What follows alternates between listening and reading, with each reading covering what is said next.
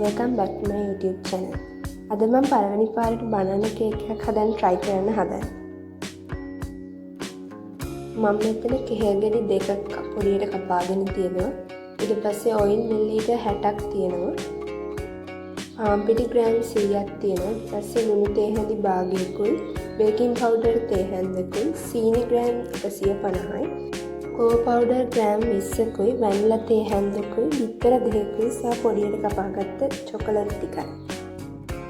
මම ඒක දැන් මෙල්ට් කරගන්න හදන්නේ මයික්‍රෝවේව් එකේ දාගෙන. ඔයාලට නැත්තම් ඩබල් බොයිල් කරන්නත් පුළුවන්. දැන් අපි කෙහෙල් ටික දාලා බ්ලෙන්ඩර් කරන්න ඕන. ඒ ටික බ්ලෙන්ඩර් ජාර් එකට දාගෙන ඔයිල් මිලිලීටර් 60ක් දාගන්න. මට මේ කේක් එක හදන්න ගිහිල්ලා පොඩ්ඩක් වැරදුනේ මම ඔයිල් යූස් කරපු එක. ඔයාලා ඒ වෙනුවට අනිවාර්යෙන් බටර් හෝ මාගරින් යූස් කරන්න. නැත්තම් කේක් එක තෙල් රසක් එනවා. ඊට පස්සේ අපේ බිත්තර දෙකක් මේකට දාගෙන බ්ලෙන්ඩ් කරගන්න ඕනේ.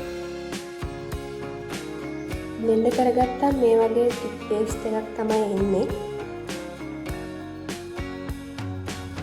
අපි දැන් මේකට වැනිලා තේ හැන්දක් දාගන්න ඕනේ. ඒ වගේම අපේ සීනි ටිකත් එකතු කරගන්න. ඒ ටික දාගෙන අපි හොඳට කවලම් කරගන්න ඕනේ.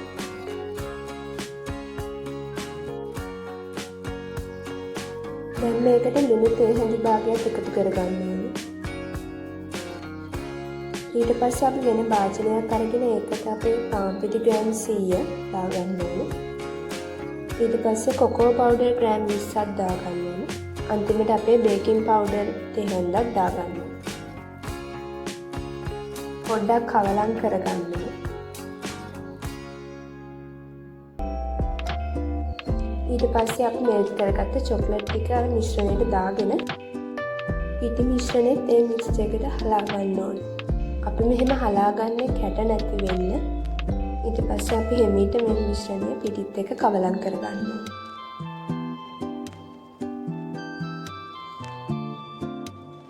අපි මේ විදිහට විනාඩි 2-3ක් කවලම් කරගන්න ඕන. ඊට පස්සේ මේ විදිහට මිශ්‍රණයක් තමයි එන්නේ. අද මම මේක බේක් කරගන්න හදන එයාර් ෆ්‍රයි එකේ. ඒකට තෙල් කොලයක් දාලා අපි මේ මිශ්‍රණය එකට දාගන්න ඕන.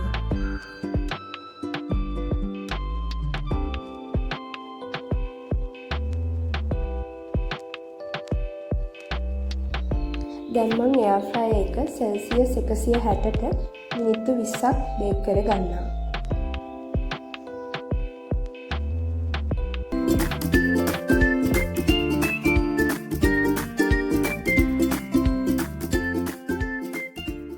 විනාඩි 20ක් බේක් කරගත්තාම මේ වගේ තමයි තියෙන්නේ. ඔයාලට ටූත් පික් එකක් ගහලා බලන්න පුළුවන් ඒක ඇලෙනවා නම් බේක් කළාම මදි. දැන් මම බනානා කේක් එක හදලා ඉවරයි. ආයෙත් ලස්සන වීඩියෝ එකකින් හම්බෙනකන් ගිහින් එන්න. බයි බයි.